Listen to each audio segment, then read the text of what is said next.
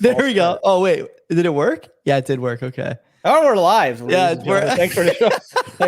Friends and enemies, this is the Canadian Bitcoiners podcast. It's a little bit of a snafu. Not our fault. Maybe it's my fault. Let's blame me. But no, it's just some software issue. That's weird. So the CBP Media Network account on Twitter doesn't work. Neither does... I don't know. Yeah, CBP Media account or the Canadian Bitcoiners one. Both of them didn't work. I don't know. Try again. Let's put them on. Let's see if we can get it to go again here. It says it's live now. Yeah, people are live, but like it should be live on Twitter. Anyways, friends and enemies, God bless you all. Welcome to the show. A little bit of a hiccup there. My name's Joey. That's Len. Big day today, 70K. What do you think? Feeling good? How are you feeling? Another day, another dollar. It doesn't matter where it is, to be honest. I'm just more happy that I could still buy, and it's not like through the to the moon, right? Like the What's moon for you? When are you not going to be happy? You say this all the time. This I can still buy, it's still cheap. When are you going to be? You're not sure? It's hard for me to say. I'll know when I know. I don't have a specific number, but when I have to spend 4 digits to fill up my grocery cart. Like when I go to, to Walmart and get grocery and it's going to cost me $1,000 or more, I think I'm in a pissed off mood. And I think that's the point of time where I'm kind of pissed off that I can't exchange that for a lot of Bitcoin. Now you could exchange 1,000 Canadian for a decent amount of Bitcoin. When you're getting, 30,000 sats, wouldn't it be good?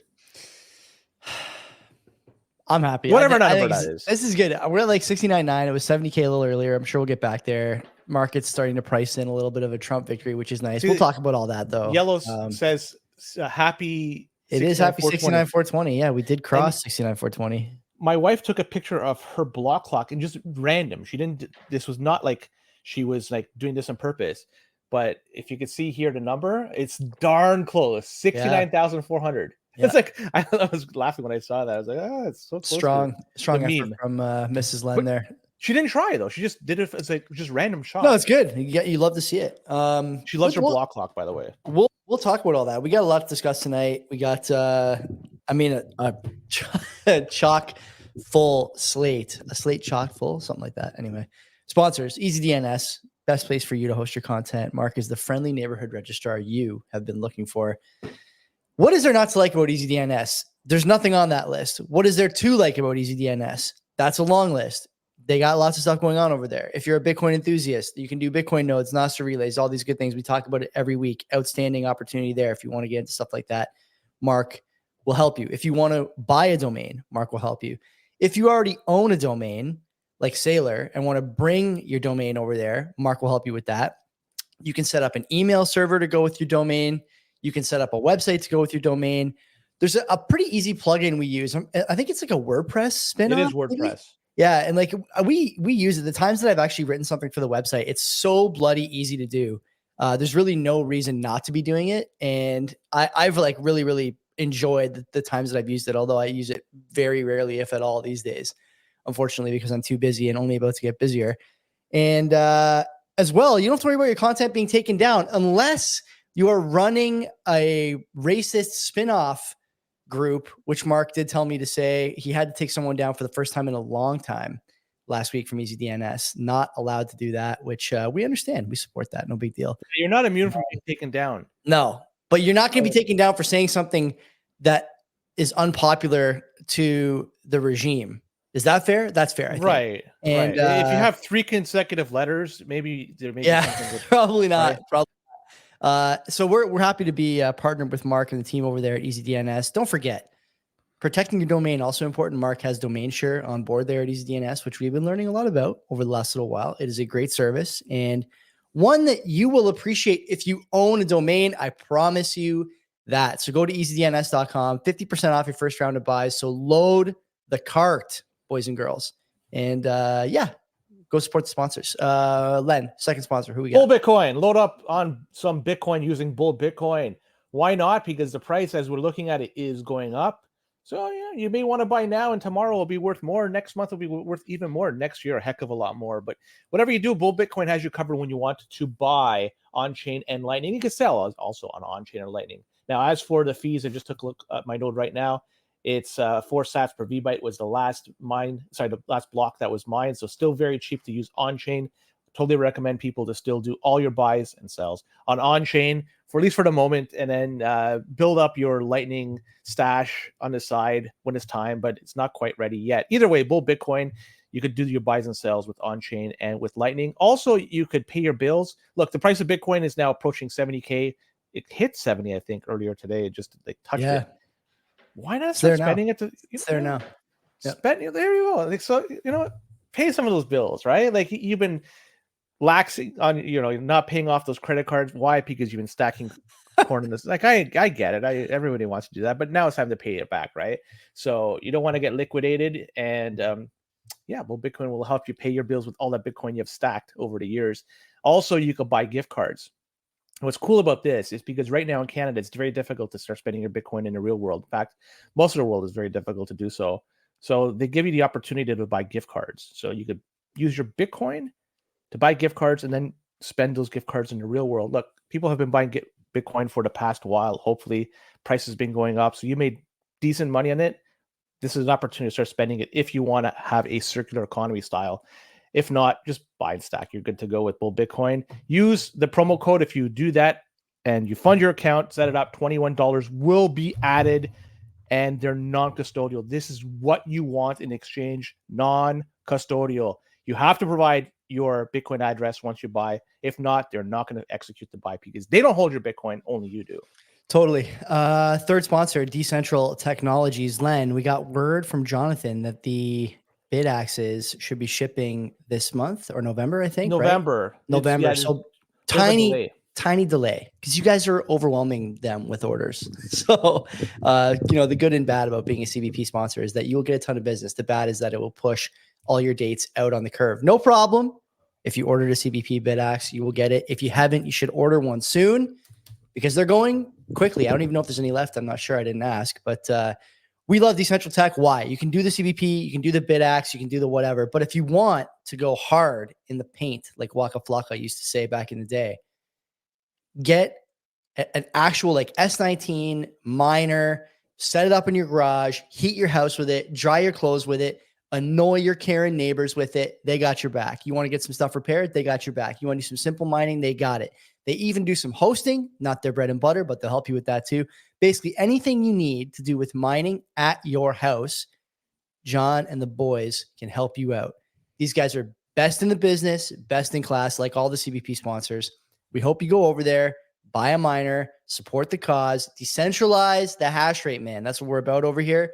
And keep your wife happy while you do it. Can't beat that, can ya? So, sponsors out of the way. Do you want to do housekeeping? We should do some housekeeping. Why don't we do a little housekeeping here? Last week on the show, I talked to our good friend Mike Campbell. What a show. Mike's always such a treat to talk to. And Len, you know this from having guests on.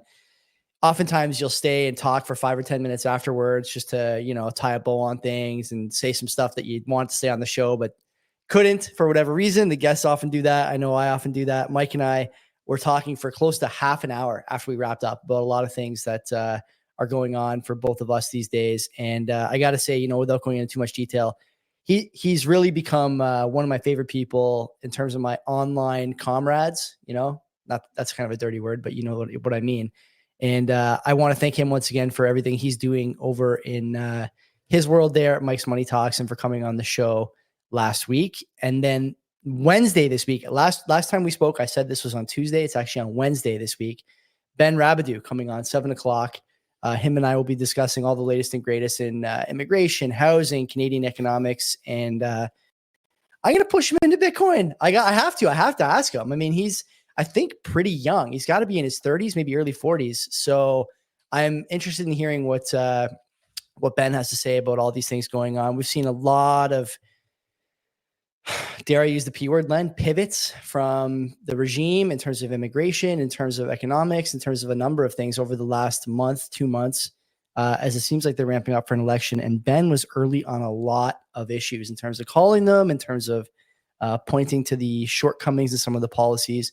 And so I am positive that we will have a productive and interesting conversation on Wednesday night. Next week, Joey. If we can, we can. If we can't, we won't. But there's going to be an election on Tuesday evening, we can, if there's interest, maybe do an election day show. I that day. doubt it. Do you really want to? Why not? I don't know. I don't really want to, but I could be Ah, convinced, you I don't. guess. Yeah, I don't really want to. Look at that, folks. He's the one that doesn't want to do it. So there you go. No election day special. Too bad. We don't have anyone booked next week, do we? Do we? Not yet. Oh, okay. Not yet. So it could have been a duel because we have both the BC election still going on. It may take It's months, if over. not years. It's over. Officially? That's what Global's saying. Global's saying it's NDP. Oh, that's hot off the press. I was not aware of that. Yeah, maybe like half an hour ago I saw it. Okay, well there you go. Are you shocked? Come on, the answer is no. I mean, I still though, like BC is the hotbed of all the piss poor policies that the progressive left has been championing for a decade or more at this point. And you would think that the stove is hot enough that these people are tired of touching it, but I guess they have to burn themselves down to the bone before they make a change. So, let's go another 4 years, I guess. Yeah, like, here we go. Yeah. There's more bones, so it's keep burning if you ever get. The reality is, like, it's the way winds blow over there, right? Like the BC is a left-leaning province, and so they've elected another left-leaning government, but it's a minority government at that. So there's going to be the balance of power will be held with the Green Party, so they're going to have a lot of say of what's going to happen moving forward. I say that I'm assuming it's a 1-seat difference between the NDP and the Conservative. Is that correct? I'm not sure. If that's still the case, then of course the Green Party has the balance, and whatever. It is what it is. Have fun staying poor over there. Liam in the chat saying 8 days to resolve the election, and somehow the Gov pulls out a surprise win. No comment. But yeah, interesting times. Let's go to boosts, because we got a few boosts. We got Wartime 333 sats. He's consistent, same amount of sats and same message of just a couple of beer mugs banging each other. So the cheers. So cheers to you too, buddy. Cheers. Mo BTC Dick, 500 sats.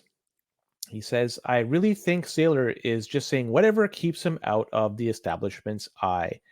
He's going for compliance for sure. I think we might see his future actions go against what he's saying now. Time will tell. Time will tell indeed. I'm not 100% sure, but let's see. Somebody by the name of user 685 and a bunch of numbers. I wish I could officially quote your name, but it's not there. Anyways, 500 sats. He says, you've done yourself a disservice by conflating criticisms of Israel and anti-Semitism. Canadians are separate from the actions of Trudeau's government, and you could criticize one without criticizing the other. Similarly, one could criticize the actions of the Israeli state without being anti-Semitic or pro-Hamas. If you search some of the critics, they're actually Jewish. Is that about Mike's interview, maybe? So yeah, it was respect to that one. Yeah, I mean, I don't know. Listen, I don't care what your Bronze Age legend is. I don't want to fucking see it on the streets. How's that sound? Is that fair enough? That's what I think. Keep it in your fucking church or keep it in your fucking house and get it off the fucking street. How's that? Is that strong enough? Is that even balanced enough? Pretty sure. Rander 555 stats says that, guys, when you say who you vote for is irrelevant in terms of the fiat dollar economy crumbling, you're right. But for freedom of speech and freedom of movement, there's one clear choice. Vax mandates, vax passports, and social media bans made me realize that my personal freedom of speech and freedom of movement are above all else. And yes, I put those two things above Bitcoin. Interesting point, Brander. Yeah, for sure. I mean, I am with you on that. And also I think that the elected or to be elected or potentially elected officials who support one often lend support the other, right? Freedom of movement, freedom of speech, freedom of, I hate to say it, but I think we're going to be approaching a time here where freedom of capital formation also takes center stage for a lot of people. And those people support Bitcoin. So I think that you can vote for one and get the other more times than not, which is nice. But I agree with the sentiment broadly for sure. I'm of the camp you could do acceleration or deceleration. Those are the two options for the most part. Anyways, Lightning Mick, 2100 sats. I could feel the FOMO coming. People will call and comment. In 5 years, I've only one half orange pilled 3 people, and I feel helpless as the next bull run starts. Forget it. Friends and family will be left behind. What can you do? LFG. What can you do? Like, I don't even bother anymore. I have people in my life who, like, literally, I was saying this on Twitter today, at 100,000 US per Bitcoin, people will message me or see me out or be getting beers with me or whatever.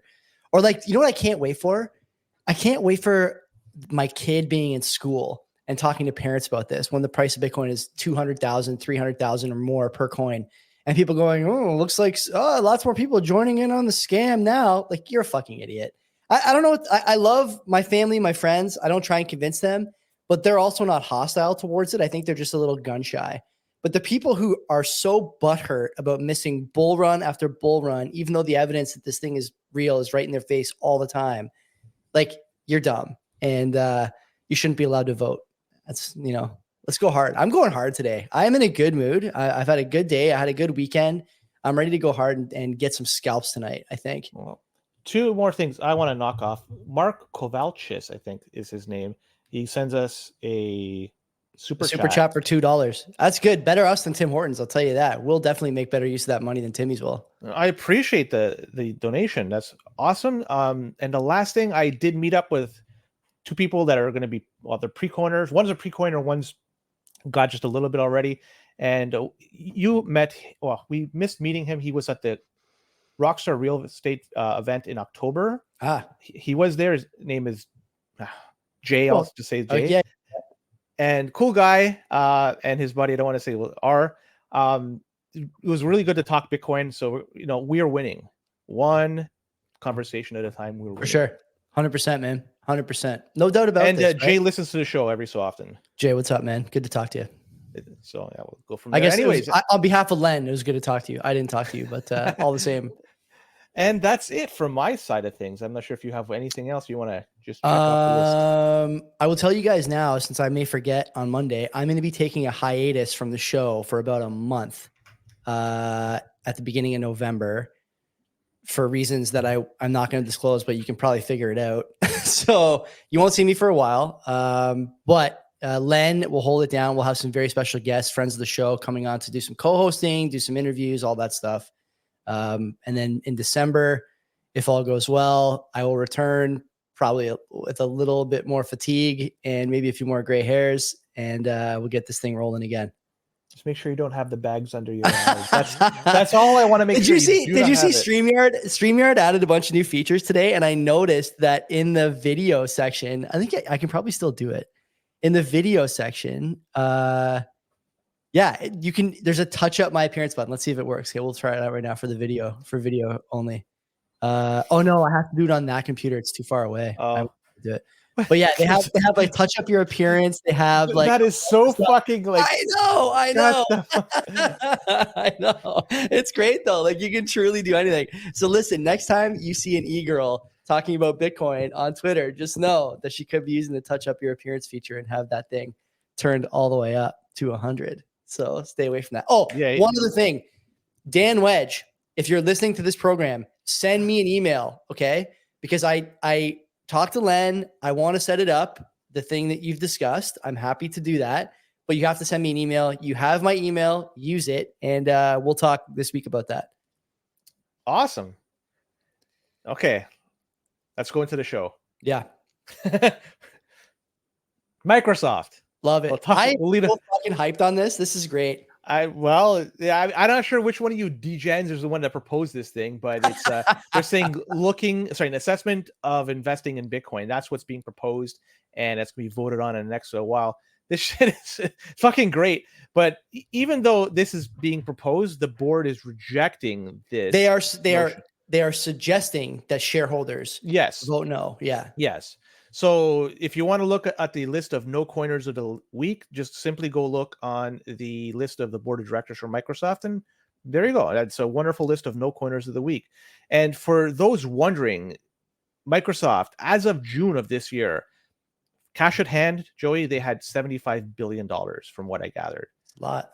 75 billion. So if they decided to move that all into corn, according to Lenmath, that's around 1.1 million BTC. Yeah, that's at $67,000 per coin. I did that math yesterday. things change. It's now 70,000 ish, so it's obviously going to get less. They should have bought yesterday, but they're not going to move all of that. In fact, they're going to move none of that. This shit's not going to pass. But at the very least, this thing is being discussed, and that's the thing. Why do you say it's not going to pass?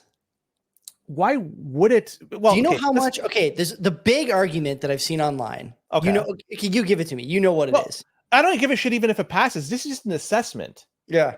So the assessment, it means nothing. I know. It's just going to look at. They understand Bitcoin. They've been accepting Bitcoin for a long time and for payment. So they understand the properties. In fact, the company's management has said past evaluations have included Bitcoin and other cryptocurrencies amongst the options considered. And Microsoft continues to monitor trends and developments related to cryptocurrencies to inform future decision making. They've been looking at this for a little while.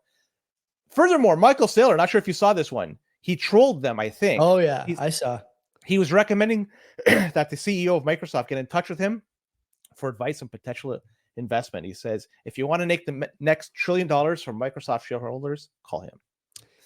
Pretty funny stuff. I think that this is at least the beginning of something big for Microsoft. If you think that Bitcoin investing is big, this is potentially beginning of something big. Two reasons for this. Number one, Microsoft, they're in their rationale for telling the shareholders to vote no. They're basically saying, look, it's not about, this is only a suggestion, as you mentioned, to review this possibility. We should be investing in this stuff. Should we not invest in this stuff? Fine. But the thing is that the shareholders are not just average people all the time, right? You know who owns about 8% of Microsoft? It's mentioned in the chat. Is Liam. It? Yeah. If that's the one you're referring to. If not, Liam's BlackRock. Yeah, BlackRock owns, I think it's 7 3/4, something like that. Quite a bit. And so, you know, if BlackRock owns some, Fidelity owns some, all these other issuers own some, you know, suddenly you're at 14 or 15%. And those people are active voters, right? You know, the proxy vote is there. Those guys are not going to miss an opportunity to guide the board. And they may have members sitting on the board, right? They may have proxy directors. And so I think that you're heading this direction. Now, the question for me isn't about, you know, are they going to review it earnestly? As I mentioned, they say they've already reviewed it. They're always looking at different vehicles, blah, blah, blah. The last time they reviewed it probably was before the ETFs, if I had to guess. It was probably less than 50,000, if not even fewer than that per Bitcoin in terms of US dollars. And it would be, I think, you know, an interesting sort of shift in terms of, if I think about like a SWOT analysis, right? Like the weaknesses and threats, the two pieces of that analysis, there's not a lot of bullet points there now, right? The legal framework is kind of clearing up. Assuming you get a Trump presidency in a week or a week and a half, whenever that election is, and then, you know, you kind of start seeing the winds shifting this way. Not to mention that the long bond is telling you inflation is going to return in the United States. You know, this real money now telling you that interest rates are going to go up here, the US, all over the place. And I think people are looking for ways to invest in stuff. You got guys like Chamath on All In. He's talking his book a little bit because he's a Bitcoin guy, an investor, I should say, maybe not a Bitcoin guy like you and I would be, but like this idea that people are just going to take 6% in the S&P or try and do VC deals or try and do, you know, real estate or try and just use like, it's not going to work anymore. It's not. And new market participants are coming in. New companies are looking to get into Bitcoin. You're seeing the Bitcoin balance sheet strategy work now at a level that probably wasn't active the same way that it was the last time these guys reviewed it. And I think this is the beginning of something. Like, don't forget too, like anecdotally, do you know there's a picture of Satya, the Microsoft CEO, having a meeting with Adam Back and Samson Mao, who I think is a con man, but Adam Back is not a con man. These guys talk about Bitcoin, and Microsoft is always looking, like every company, to maximize its treasury. And so, yeah, you can do buybacks. Yeah, you can do R&D. Yeah, you can do all these things. But at some point, you know, that invitation, the water is just a little too nice to stay out of it for much longer, right? And maybe at 70K, it's warm, but fuck, it's going to be real warm at 100K, 120K, whatever, right? If they wait another 6 months. We'll see, but I think this is a bigger deal than Bitcoiners making it out to be. And it's easy to say they're not going to do it. It's easy to say they're never going to get it, but at some point they're going to get it. And these companies have made a living off getting it first, and so they're not first. The front of the line is still pretty close to where they are. And I would expect to see one of these guys figure this out and make an allocation soon TM.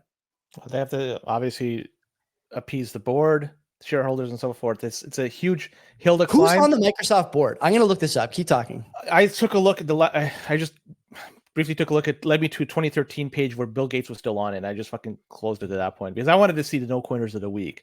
And I just gave at that point I gave up. But the thing with Microsoft, should this assessment go through and then, whatever amount of time takes for them to actually purchase it, anybody could buy Bitcoin, anybody could sell Bitcoin. I can't do anything, and nobody could do anything for preventing anybody from buying, selling, moving it, whatever. This is a decentralized thing. But man, if you want to see a company fail, Microsoft might be one of the top for me, because if they somehow get Bitcoin now before everybody else does it, it just solidifies the fact that users are still going to be stuck with using shitty products for the next 100 years. Because, Windows is not going to go anywhere, but it should go somewhere fucking down the toilet. But you know what? If they get it Bitcoin now, or rather soon, that Windows is going to stick around and we're going to be using the subpar product for at least some time. Fucking thing sucks. Every time I fucking turn on Windows, because I have to do it for fucking work, holy fuck, it sucks shit. And I can't believe how fucking backwards it is compared to, say it, Linux. I know Linux isn't easy to use, but the fucking thing works so much better. It's like Bitcoin. It's harder to use, but it's fucking superior in so many ways. Fuck Windows, fuck fiat, and I hope they don't buy any Bitcoin. Let's let them rot in hell. Yeah, so I'm looking at their board. I'm not particularly hopeful this group will vote for it on their own, but they, maybe need a nudge. You want to give some calls? GlaxoSmithKline, Reid Hoffman's on the board. Who else? I mean, Reid Hoffman is, is he Silicon Valley? Maybe he was at the very least. Who's this guy? I don't know. ADP. They're all jabronis, They're jabronis, but you're looking for links to like high flying, new money. They get in when they get in. Citibank. The CFO from Citi is on the board. That's probably not good for Bitcoin. Who else? The Gap CFO is on the board. Probably not good for Bitcoin. Get independent directors. Who's Mr. Scharf? Yeah, president of Wells Fargo. There you go. If you want to talk about no coiners, Citi and Wells Fargo, buddy. Listen, Larry Fink. Larry Fink, I want to speak directly to you. You will need to get somebody on this board, and you will need to get nudes of all these people if you want to get this passed. No, but I think if anybody can do it, Larry, it's you. No, they had to have traveled to some island. I think that's the only way. Well, what's his face? Musk thinks Reid Hoffman's worried about Epstein's island. But anyway, we'll talk about that. Hey, I didn't say it was that island. Anyways, okay. Let's talk about some breaking news from Dennis Porter this past week. Breaking. He's managed to convince lawmakers over there in the state of Pennsylvania to pass what is called the Bitcoin rights. Not sure if you saw this Bitcoin rights thing. Yeah, it allows people the right to self-custody Bitcoin and rights to use Bitcoin as a payment, a method of payment. I mean, do you have any thoughts on this? I like it because people give Porter a hard time, but he's doing a lot of good work getting legislation in front of people who can actually sign things into law. And I think at this point, there's two kinds of Bitcoiners, right? There's the true anarcho-capitalist Bitcoiner who doesn't care about the law and actively disparages lawmakers and whatnot. And then there's the Bitcoiner who doesn't think that lawmakers understand or care, but still, has a desire for the correct laws to be implemented. And, Porter does a good job in terms of there's a kinder way to put this than what I was going to say, because I don't mean to be insulting to Dennis. He's been on the show. I really like what he's doing. The bills are kind of vague and soft, and they're not really specific in a lot of cases. And they give, codified rights in a way that kind of is redundant in some cases to things that are already codified. But what you're getting is lawmakers talking about, debating about, writing about, and signing laws about Bitcoin. Now, I know there's some crypto stuff in there too, whatever. These are the breaks. These are the sort of, this is us taking the good with the bad from time to time still, where if we're gonna say that we're early, then we have to take some of these lumps from time to time with lawmakers. That said, the alternative is that someone else who has more pull, will be more pointed, who has more money, deeper pockets than Satoshi Action Fund, like Wells Fargo, like Citi, like one of the banks, like JP Morgan, whoever, right? Like these guys will go in there and say, instead of codifying Bitcoin custody as a law, we actually want you to make it difficult for people to hold and use Bitcoin because it's affecting our bottom line. They've tried to do this already a few times. States seem to be, I don't know, a little bit resilient to those attacks, to be honest with you, more resilient than I would have told you 5 years ago. But all the same, it's hard for me to say anything negative about this. It's great, I think. And like, you can say all you want that lawmakers are not going to engage with us in good faith. I say that all the time. I don't need them to engage in good faith. I need them to sign legislation that's good for us. This is an example of that. Perfect. Now we can move the ball forward. The same way that companies will sue on the lowest rung of the ladder, individuals or other companies that they view as threatening or harmful to their bottom line or infringing on IP or whatever to set precedents. I think Satoshi Action Fund is doing something similar. Start low and just keep chipping away at the legislative body and get greater and greater impact, greater and greater influence. It's hard to go from no legislation to Bitcoin is legal tender, but it's easier to go from Bitcoin self-custody is a right to everyone should be allowed to buy and hold Bitcoin without being taxed on realized gains to blah, blah, blah. And you chip away going up the ladder, right? There's no doubt that that's easier. That's what Dennis and Satoshi Action Fund strategy seems to be. So I don't know. I'm good with this. What do you think? Are you like of the same opinion? Where do you come down? No, it's a nothing burger. This gives us the ability to do nothing more than we did before. I mean, I can now self-custody Bitcoin now. Like, it's kind of like giving me, they sign a bill and say I could take a shit in my house. Like I've been taking a shit in the fucking woods like a fucking peasant. Yeah. No, I've been shitting in my house. I don't need permission to do it. I don't need permission to run a node. This is a decentralized network. And the fact that they signed this, the next government could easily come in and unsign this. It's totally meaningless. And in fact, those are almost direct words from your mouth previously where you said that. Because this does absolutely nothing. Don't get me wrong. I do think that there's a case to be made that legislation like this is like just a headline grab in the Bitcoin world. I get that. I'm not necessarily saying that that's an irrational thing to say. What I am saying is that they're going to sign something about Bitcoin as the price rises, as it gains popularity, as it gains traction.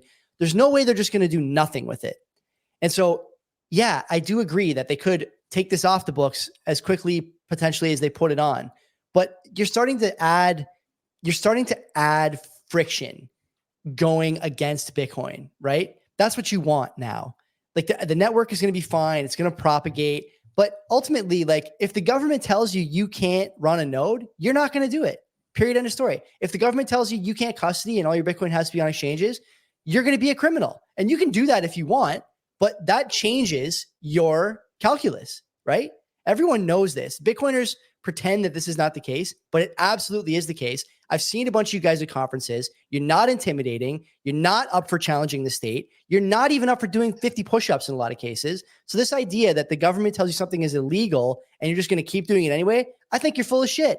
And so what you want is governments telling you that they're at least going to entertain this idea.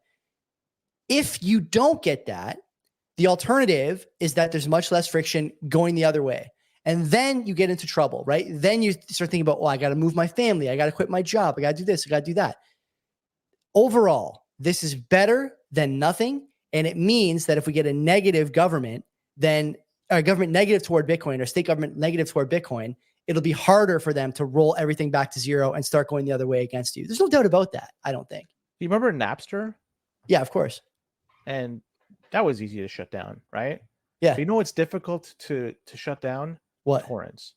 They don't need to shut down torrents. They just cannot shut it down because it's a peer-to-peer fucking exchange. Here's the best thing. You're actually speaking to my point because every fucking music cuck out there instead pays $10 for Spotify and when they could get everything for free because there's a tiny bit more friction to get it on torrents and find a way to put it on your phone. So instead, you watch Spotify fuck your wife and you pay the $10 and you get any song you want.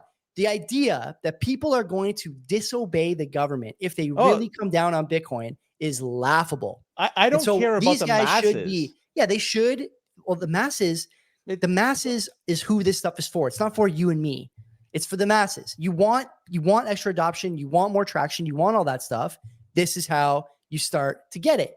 And so all this is fluff. All this is. I don't know about that. I don't know about that. It advances absolutely nothing. And they could say and do whatever they want. The one that may really hurt is the on-ramps. If they could shut down on-ramps on the Bitcoin. But even that, there's still 19.5-ish million Bitcoin that has been mined, and it's in people's wallets. And they can, as long as they have maybe the question for you is, what legislation do you want to see, or would you admit had meaning?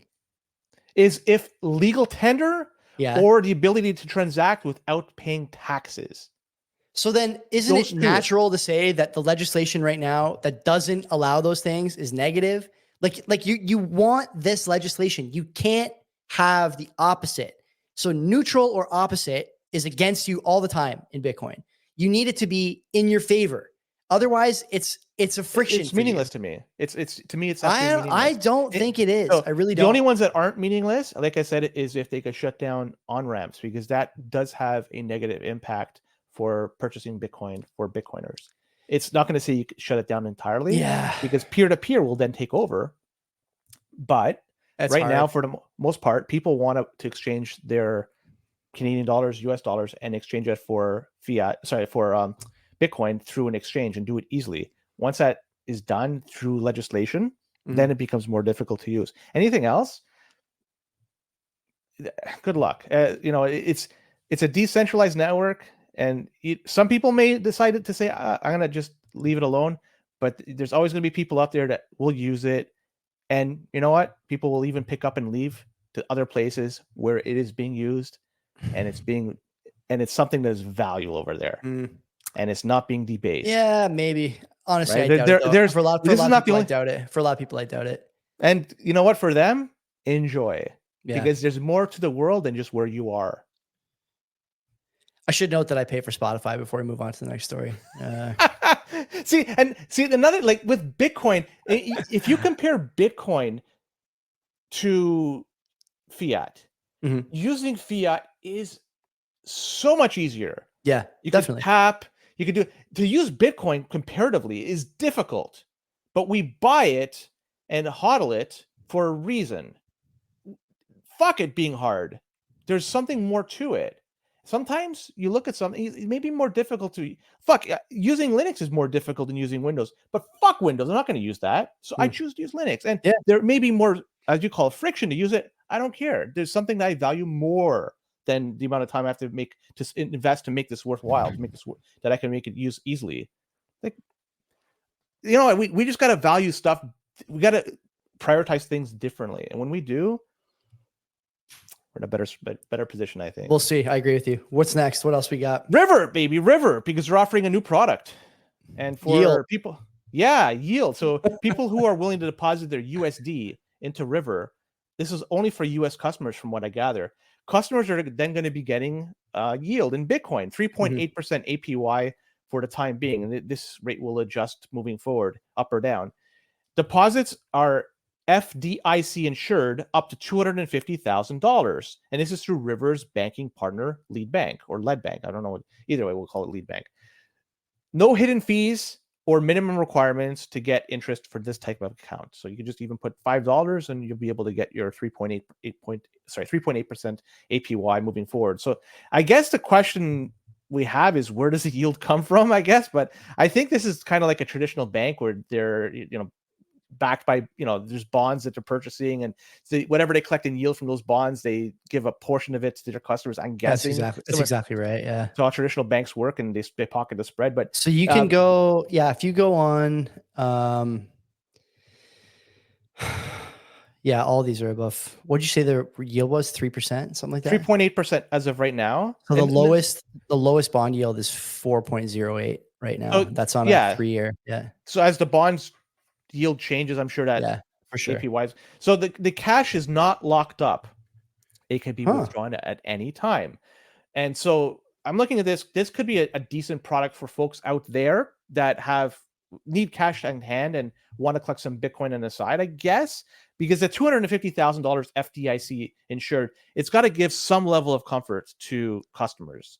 And unless I'm wrong, withdrawing funds from this, it's a little bit more difficult than withdrawing from a traditional bank, because the process, according to the River website, for withdrawing money, you need to cash out first. So you have to ask for it to be cashed out. It goes to your bank account, and at that time, you're able to withdraw it from your bank. So there's one extra step to withdraw your money, and it states it takes 1 to 2 business days for that step to complete. So is this a great thing? Cash isn't as readily available when it's on River as compared to your traditional bank, but you are collecting some Bitcoin as a result, and it's FDIC insured up to $250K. So it's, there's some good, there's some bad, but it is what it is. I like that you're not depositing Bitcoin. That's a huge plus for me.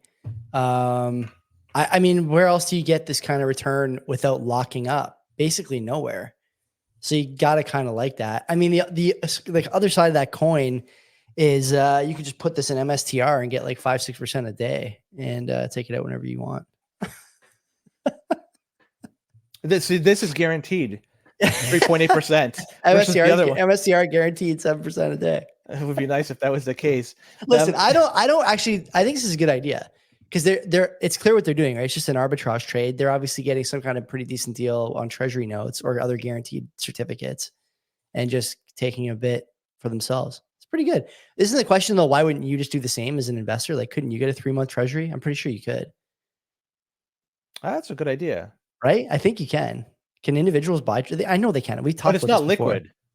That's right. Yeah, no lockup, right? Yeah, that's right. So you can go. Yeah, you can definitely buy your own. I mean, yeah, the lockup is the big thing. It's not a bad vehicle. I'm okay with this. River's a pretty reputable company too. Good Bitcoin company. I think people are going to use that, and I say, why not? Let people do it. Because let's move over to Europe, Denmark, and they could be entering into a territory that's kind of scary for Bitcoiners, because a new bill has been introduced that would tax unrealized gains on Bitcoin and other digital assets, and the tax rate would be 42% and would take effect in January 2026. Sound familiar? Yeah, Italy. But that's not unrealized tax on unrealized gains, from what I gather. There's more to it, and I want to there's an idea, or there's a thought to why they're doing this, because they say if this is approved, this is going to impose on people, they have to pay taxes on their Bitcoin from the day of acquisition, regardless if they sold their assets. And if passed into law, it's a 3-pronged strategy, because Bitcoiners would have to pay taxes on their entire portfolio by a specific date each year, even if they don't sell. That's insane. Investors, this is interesting though. Investors could write off losses on gains from these digital assets, similar to traditional investments. So this could make Denmark the mecca for shitcoiners, because if people are losing, you just might as well go there and just write shit off. And the third is, they said they're going to impose a 42% capital gains tax on unrealized profits, bringing, this is the part that I just want to stress, their digital asset taxation in line with its approach with traditional assets, because traditional assets are currently being taxed unrealized gains right now. This is just basically bringing it up to where it is right now. So it may suck for Bitcoiners, but right now within Denmark, from what I understand, they're not being taxed as per traditional assets. So it's just putting it in line with other traditional assets. Don't like it? Great. But you know what? If you are in Denmark and you're just an investor, and you're subjected to this anyway. So it, rather than giving some benefit to Bitcoin, it's saying it's treated the exact same. I can understand that. It does suck though. Get out of Europe is the answer. Europe is a total joke. Yeah, all caps in the chat saying Portugal. Obviously, there's like certain European locations that are not bad, but the EU is just such a fucking joke. They're so desperate for tax money and so desperate to stop people from leaving and amassing any wealth that they are just so obviously showing all their cards. The number of places in Europe that are now, what is the best way to put this? people are concerned about the exit taxes in these jurisdictions, right? We've talked about California doing it like a state in the United States. The US has an exit tax. Canada has an exit tax that's going to become more abrasive and harmful, I think, over the next year or two, if I had to guess. And so all these places have exit taxes, and everyone's saying, oh, you don't want to be part of this, the wealth tax, this and that. Man, you really got to look at the taxes that are being levied against your earnings and your investing and all these things. You don't have to worry about the exit tax if everything you make gets cut in half before it even makes it to your pocket. Don't worry about the exit tax. You'll be fine. You're not gonna have anything left to take anyway. It won't matter. And so this idea that and all caps in the chat saying never sell. No, man, these guys, they're not gonna wait for you to sell. They're not gonna wait. They're not stupid. They know that the inflationary game is pumping your fucking bags, no matter what your bag is. It's everything from fucking Pokemon cards to mansions. And they know it. And so they're not going to wait for you to sell your shit. They're going to ask you to declare. And even too late, I lost it all. I gambled it away. It's good luck. Good luck with that too. I gambled it. It's gone. I wish everyone who does that the best. But again, you think the state is oppressive now. Wait until there's a real problem with currency. Wait until there's a real problem with stability. Wait until there's a real problem with war. Then you're going to see what an oppressive state looks like. And this is why we talk about it on the show. This is why Bitcoin is important. If you don't understand that you need a stateless money because the state is just massaging your feet enough that you're comfortable, you're never going to be ready for when the state eventually becomes hostile. And Len, on a long enough time horizon, the state always becomes hostile. This always happens. Why? Because the state always fails. There's no two ways about this. And so your home, your equity portfolio, your first edition Shadowless Charizard, PSA 10, they're coming for all that shit. Because anything of value is going to make their lives easier and your life harder. And that's how this goes. And so don't wait for them to say, oh, we're coming for unrealized gains now, right? Don't wait for them to say, we're raising the exit tax to 80%. Take note when they say there's going to be a tax coming on unrealized gains above $1 million. Take note when they say we're no longer going to exempt your primary residence from tax. So would you say we should be investing in MSTR then, as an example? I'm a big MSTR guy, as you know. But how could you do one thing and then say another? You don't know what my timeline is on MSTR. Could be tomorrow. Who knows, right? True. It could be tomorrow. That's a risk. That's a risk that I'm taking for sure. But I'm also amassing a sizable Bitcoin position that is not going to be MSTR. I'm not going to have to worry about Mike Saylor with another black satin shirt with one too many buttons undone on MSNBC talking about his fucking stock. I'm not gonna have to worry about that. Exactly. See, now with all that being said, you don't know what the future holds. There could be a black swan event that just changes everything moving forward. Why even bother risking it at all? Just for picking up the nickels in front of the steamroller. Just buy corn, put it on the cold storage. You're laughing at that point. MSTR versus corn is in all my group chats right now. I am not going to do it with you. I'm not doing MSTR. I will shut this fucking thing off. For me, I will go pour another chocolate milk and I will watch LeBron on TV. Just to spite you. Bronny in the G League or whatever the fuck they call it. The fact that boy couldn't make it. Me and Alex from Bull Bitcoin. How old is he? He's like 19. Me and Alex from Bull have an ongoing chat. We have a signal DM, and it's all sports basically. And we both are hyped on Bronny having to go to the G League. He fucking sucks. So I love it. Whatever. Listen.